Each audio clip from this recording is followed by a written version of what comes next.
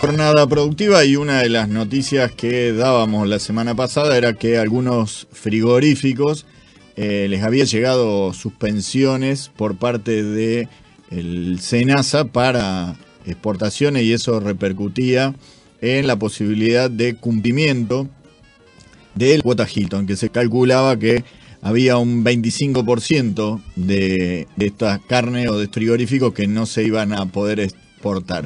En este caso, las exportadoras le reclamaron a el SENASA la necesidad de que clarifique un poco la cuestión, porque si no, no se van a poder cumplir estos contratos que tienen que ver con la exportación de carne a fundamentalmente Europa, que es donde está la cuota Hilton.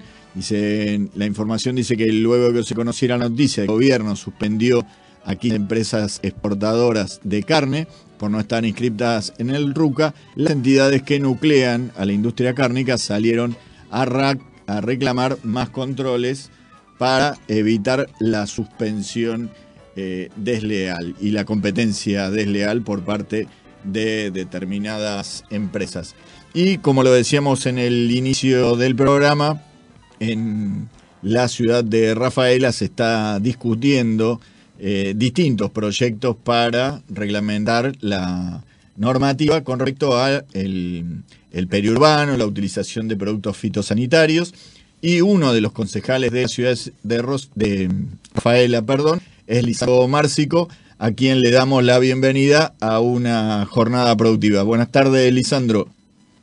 Hola, buenas tardes, Marcelo. Bueno, y buenas tardes a todo tu equipo ahí y a la audiencia, ¿no?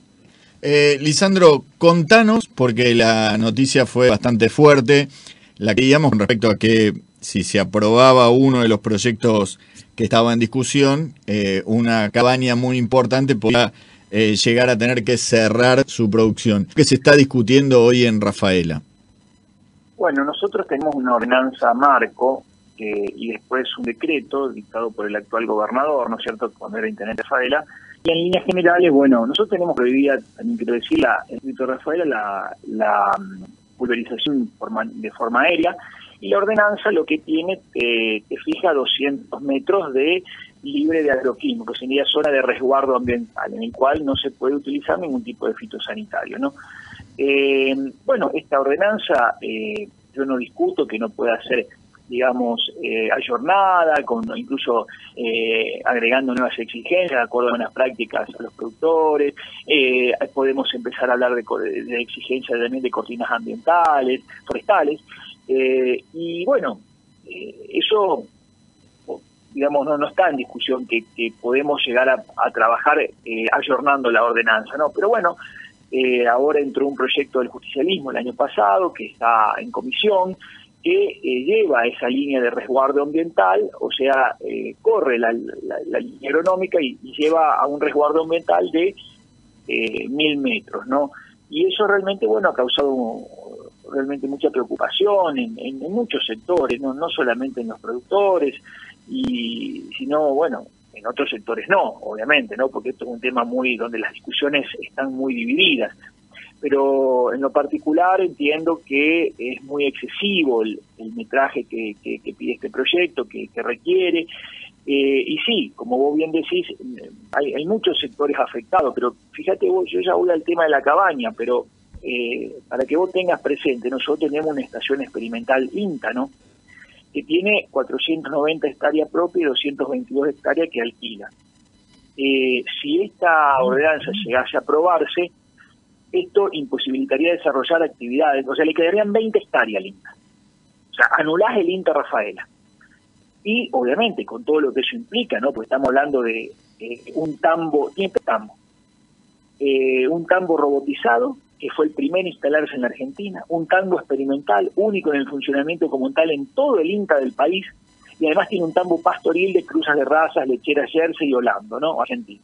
además también de imposibilitar la capacidad de realizar ensayos en parcelas de cultivos industriales, que soja, girasol, bueno, todo lo que ellos, digamos, experimentan y ensayan, y cereales como el trigo, centeno, la avena, o sea, donde se trabaja, ¿no?, con los ensayos y experimentos, porque obviamente ese es el destino que tiene nuestra estación experimental y todas, ¿no?, las que están en el país.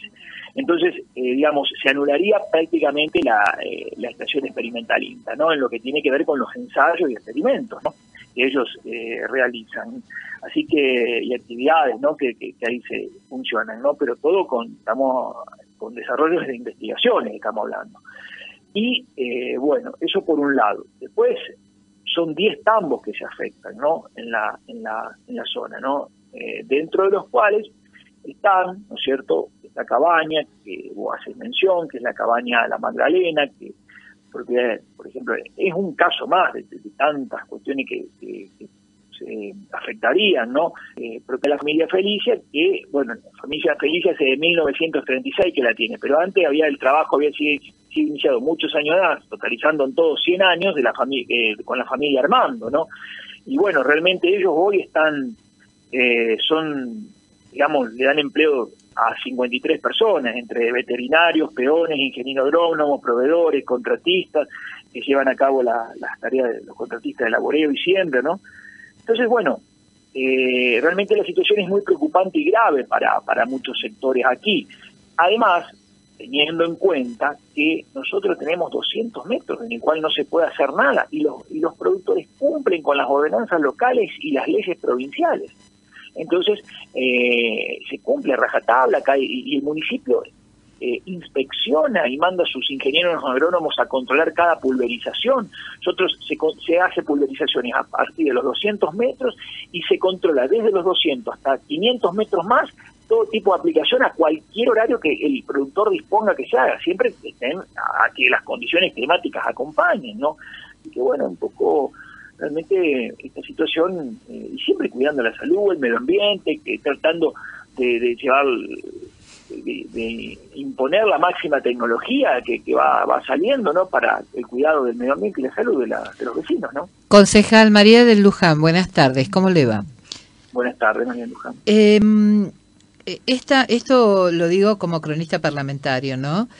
Muchas veces los concejales olvidan que hay una pirámide kelseniana, y usted recién dijo que los productores cumplen con las normas que impone la provincia. O sea que si hay una norma que sale del Consejo que contrapone una ley superior, se va a caer por su propio peso. Sí, lo que pasa es que acá los municipios en este aspecto tienen autonomía para legislar. Entonces, digamos, si se llega a legislar esa norma no va a caer, porque, o sea, por más que tenga 1000 metros va a tener que respetar. Perdóneme, concejal, perdóneme. Se lo digo de tantos años y sé que usted como concejal debe saber más que yo. Ninguna norma inferior, por más autonomía que tenga, puede contradecir una norma superior. O sea, si sale una ordenanza del Consejo que se contrapone a una norma provincial, esa se cae, no hay forma. Enseguida lo que se va a ver es un litigio, un recurso de amparo, de no innovar, y entonces el Consejo es una pena que trabaje en algo que va a terminar no siendo, ¿me comprende? Sí, pero ahí tenemos una diferencia, yo no creo que sea así. O sea, nosotros, yo entiendo, tengo una interpretación distinta. O sea, hoy, digamos, nosotros ya podría haber caído la de los 200 metros si alguien presentara algo, porque la ley provincial no te pone ciertos productos en el cual se puede pulverizar desde el metro cero. Y aquí, digamos, nosotros tenemos ya 200, que tenemos una zona de resguardo ambiental o zona libre de agroquímicos. Está bien, no hubo nunca ninguna presentación. Claro. Pero bueno, ahí yo no comparto. O sea, yo acá la única manera, incluso déjeme que me vaya un poquito a otro tema. Nosotros tenemos un cambio de paradigma en la justicia, y eso es muy preocupante también, porque hasta ahora se han dado fallos en cual han condenado a los productores a desaprensivos, y que yo, digamos, condeno también, digamos, desde mi humilde lugar donde estoy, que han no cumplido con las normas o han pulverizado, o sea, encima de las casas de las... Bueno, distintas situaciones que se han dado en distintas ciudades. Uh-huh. Claro, las medidas cautelares que se imponían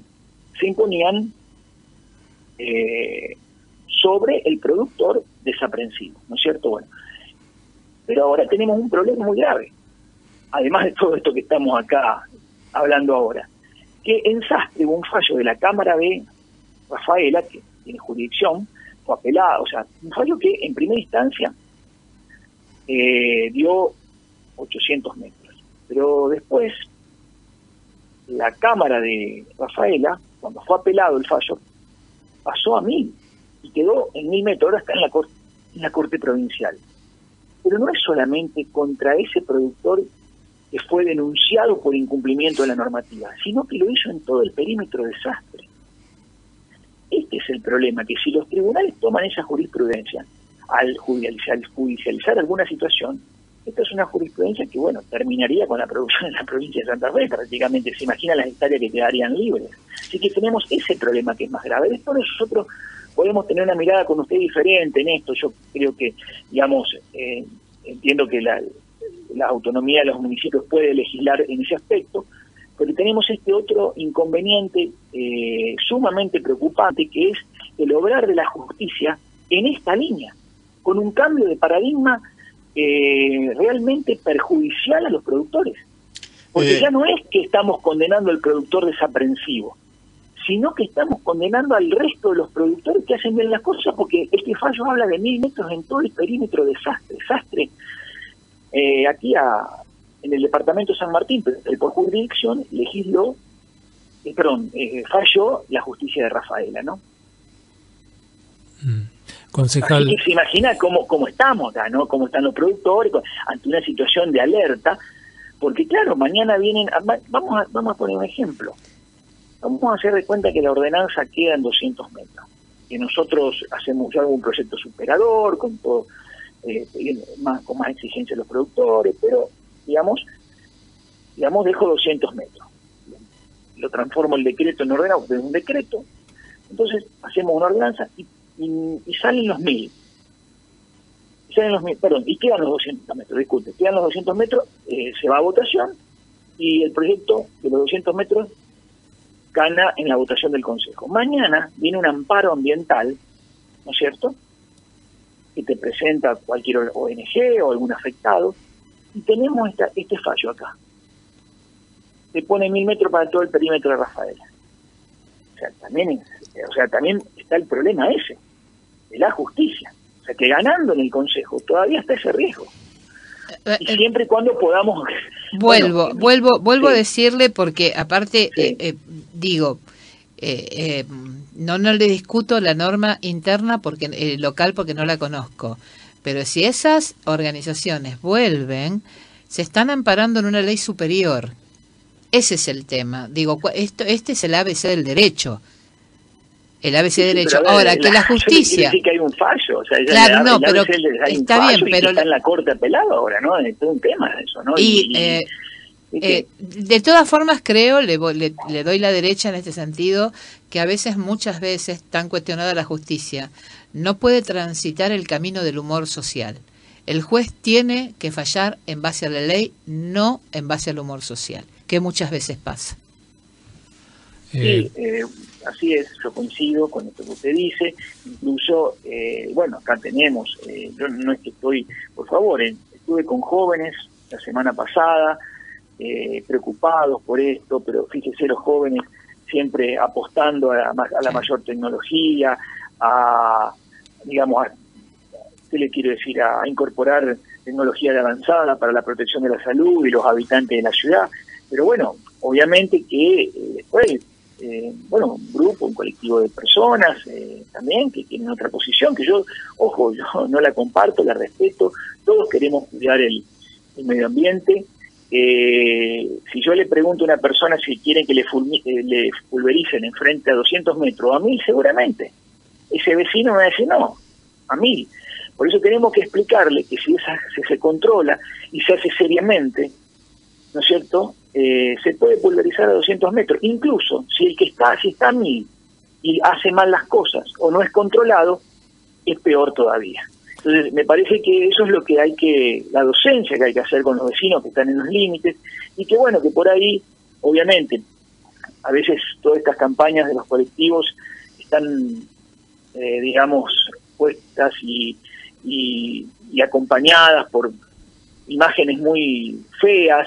Incluso hubo una exposición en foto acá de tiempos pasados y de gente que no ha respetado quizás digamos, los límites y las normas y ha manejado los productos con mucha liviandad y hubo consecuencias en la salud. Pero hoy la situación de Rafaela es distinta. Nosotros estamos planteando otra cosa. Acá yo tengo que legislar para Rafaela. Acá incluso ya le digo a toda la mesa, yo no estoy mirando para legislar los casos y las situaciones que existen en otro lado. Nosotros tenemos que centralizarnos acá y ver lo que pasa acá. Y acá tenemos productores responsables que incluso si harían mal las cosas deben ser castigados, pero no castigados así de esta manera, la que se quiere ahora, porque yo entiendo que es, no sé si hablar de castigo, pero limitados o prohibidos de esta forma. Yo creo que tenemos que subsidiarlos, ahí está el tema, porque ¿qué decía la juventud? Fíjense lo que me decían los jóvenes. Ahora vienen pulverizadoras que tienen un sistema en el cual ya no hay que derramar el líquido completo, sino que se detecta la maleza y el fitosanitario cae sobre la maleza y no sobre el resto del campo. Bueno, eso todavía no se está aplicando acá, ellos están buscando esa tecnología y tratando de invertir. Ahora, ¿por qué no viene el Estado, que se lleva el 70% de la renta de los productores y subsidia esos mecanismos en vez de... ¿Por qué no apoya al productor en vez de prohibirlo? Ese es el dilema que yo planteo, ¿no? Y en el cual, no hablemos solamente del 70%, porque el 70% de la producción son impuestos y retención, y el 30% ellos asumen, el restante deben asumir el costo de la producción y el riesgo de la inversión. O sea que, ¿por qué no apostamos, por qué no miramos desde otra óptica al productor, creo yo, el Estado, ¿no? Y apostamos a otra cosa, como hacen otros países, a potenciarlo, no a prohibirlo. ¿Sí? Concejal, le hago una consulta. Más allá de que se pone en tela de juicio a veces los fallos de la justicia, y es un tema que acá en la mesa lo venimos tratando de hace muchísimo tiempo, el tema de fitosanitarios, ¿no le parece que desde las distintas comunidades y a través de ustedes que son concejales de los diferentes lugares donde tenemos sector agropecuario nutrido, ¿no debería haber mayor control de los diferentes municipios sobre este tema y evitar estos enfrentamientos entre estas agrupaciones con la justicia, con los productores? Claro que sí, porque hay municipios, incluso fíjate, Marcelo, que en el municipio, hay municipios, ¿no?, que ni tenían 0 metros de resguardo ambiental y la municipalidad no controlaba. Claro que sí. Entonces, ¿en qué deriva? En la causa judicial. Y después, ¿en qué deriva? En un fallo como el desastre, por ejemplo, que ya es tremendo porque afecta a todos. Hay municipios y hay comunas, sobre todo, que no tienen zona de resguardo. Y encima el productor no lo controla. Claro, comparto totalmente, pero fíjate qué diferente que es Rafaela. Nosotros tenemos 200 metros y la municipalidad tiene ingenieros agrónomos a disposición que son convocados, que revisan la receta que autoriza el ingeniero agrónomo del productor, que confecciona el ingeniero, que controlan eso y que controlan la pulverización. Vos decís, bueno, yo quiero fumigar 9 de la noche porque 9 de la noche están ahí. Quiero 4 de la mañana, 4 de la mañana los ingenieros agrónomos del municipio están ahí. Mirá que yo soy del partido opositor al actual intendente y lo critico duramente, a él y al gobernador, por un montón de cosas. Pero esto lo hacen bien.